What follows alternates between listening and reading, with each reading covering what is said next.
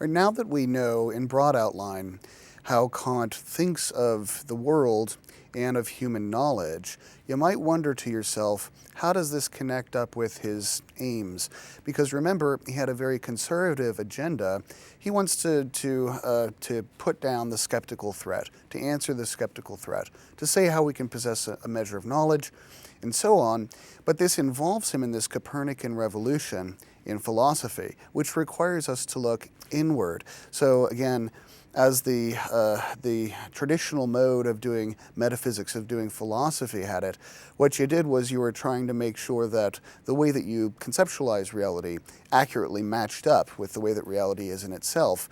Kant says, no, don't try to do this kind of transcendental metaphysics. Instead, we're going to do critical metaphysics by looking at our own categories of thought.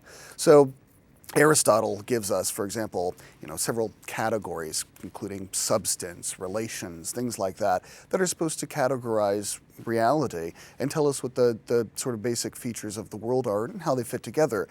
Kant does some categorizing of his own, but instead of categorizing reality, he categorizes our concepts. He explains to us what the fundamental and necessary categories of human thought are. So our metaphysics gets redirected towards our own conceptual scheme and towards the world, to the extent that the world is in part constituted from our categories of thought, our conceptual schemes. This, of course, leaves out of the equation some of the traditional metaphysical questions that philosophers had been debating for ages. For example, no longer can we get to any firm conclusions about the existence of God. The existence of God can't be disproved, right, by way of philosophy, but it can't be proved either. The existence of the soul can't be disproved, and it can't be proved either. The nature of the soul, whether it's immortal, can't be proven, can't be unproven. The human freedom that is required for moral responsibility, whether we possess this kind of free agency, that's something, again, that we can't demonstrate philosophically, nor can we demonstrate to the contrary that we're not free. So how is this really a step up, a step above the kind of skepticism that Hume had landed us in? Well, Kant has more to say. He doesn't leave us in this sort of critical condition. He says, in addition to doing theoretical philosophy, we also can do practical philosophy. We can employ practical reasons. And it's going to turn out that there are good practical justificatory reasons for believing in those things: God, immortality, and human freedom. The way that he does it is he goes through a fundamental principle of human autonomy, and he leads in, by way of human autonomy, to a discussion of ethics, the highest good, and the good life. So this is where Kant's contribution to human destiny comes in. I want to explain it and pit it against some of the philosophers who had come before him. Okay, so how does he do it? Well, beginning with the nature of human autonomy, Kant assumes, as a sort of non-negotiable starting point, that human beings are or can be morally responsible for what they do. Okay, you can be praised, you can be blamed for your own choices, for your conduct, and so forth. That can't be the case, says Kant, unless you possess a free will, unless you have a kind of freedom that's different than the way that Hobbes and Locke and others had explained freedom. Remember, Hobbes and Locke, they looked at the physical world around them. They say it runs according to deterministic laws. So in order to hold on to human freedom, we better find a way to make freedom compatible with deterministic laws governing your behavior.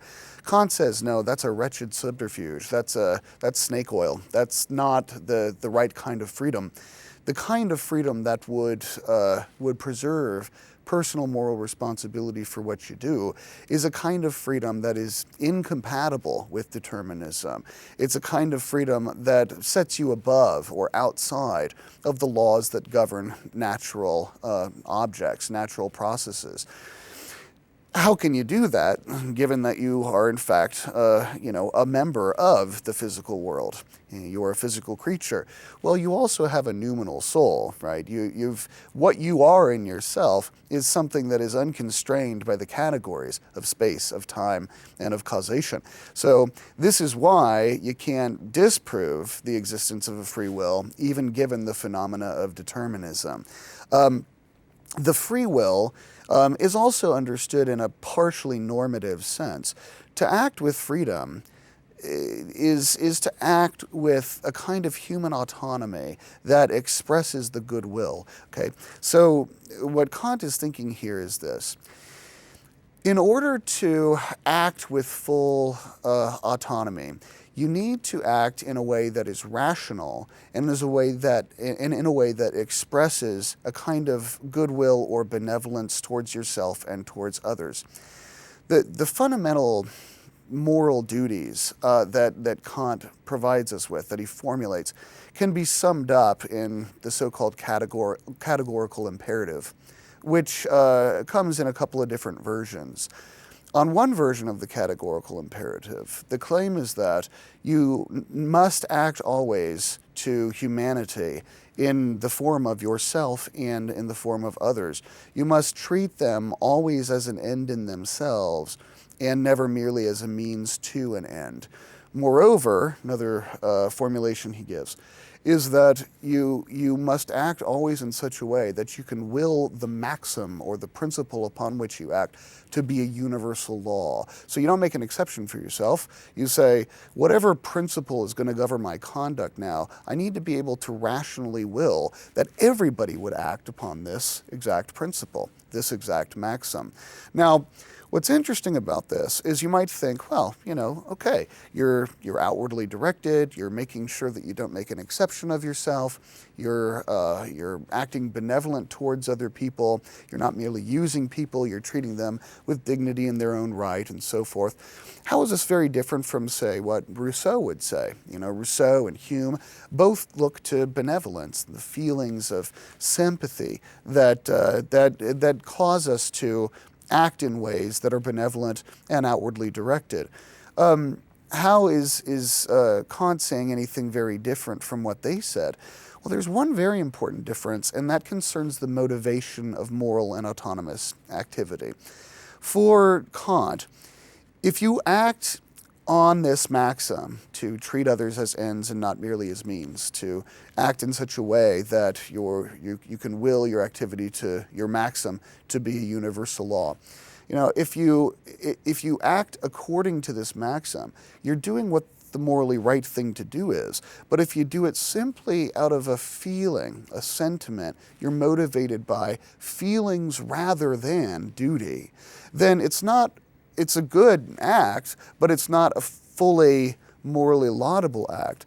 So to have a goodwill and to express a goodwill in your own activity, what this requires is that you act from a recognition of your duty rather than out of a set of feelings or sentiments. This becomes very important when he begins to discuss what our highest good is, because although he gives a lot of airtime to the notion of duty, he also realizes that all people want to be happy. The problem that he sees is that sometimes our duty and our happiness coincide, but certainly not all the time do they coincide. Sometimes you act from duty, and when you do that, it actually leads to a subpar outcome for yourself. So how are you going to put happiness and virtue and so forth together? The person who acts from duty and acts from a goodwill is the person who is worthy to be happy, right? It's the only way worthiness for true happiness comes about is if you act from a goodwill and act in accordance with duty. But the problem is many people who do act in accordance with a goodwill and do act in accordance with their duty end up not being happy, end up not having the kind of life that they should. So Kant says, the only way that we can, as a psychological matter, the only way that we can coherently try to strive for this ideal where everybody acts in accordance with their duty and believe that at the end of the day, this will be coincident with all people who deserve happiness being happy, is if we believe that this life is not the end of our life, that the soul is immortal, and that God will put the world to rights and dole out rewards and punishment in accordance with desert.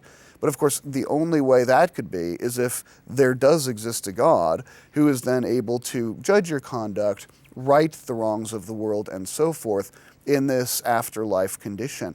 And so this is not a proof, right? It's not a theoretical demonstration. Therefore, God exists. Therefore, you have free will. Therefore, you're immortal. But it is a practical demonstration. It's a practical postulate which says, in order to act morally, I've got to believe that the worthiness that comes about from my exercise of a good will line up appropriately with my happiness at the end of the day. The only way to do that is to believe in the possibility of an ideal circumstance in which duty and happiness converge. The only way we can believe in that, given the evident empirical facts of the world, is if we believe there is an afterlife in which God rights the wrongs and which people are rewarded and made happy in accordance with their worthiness.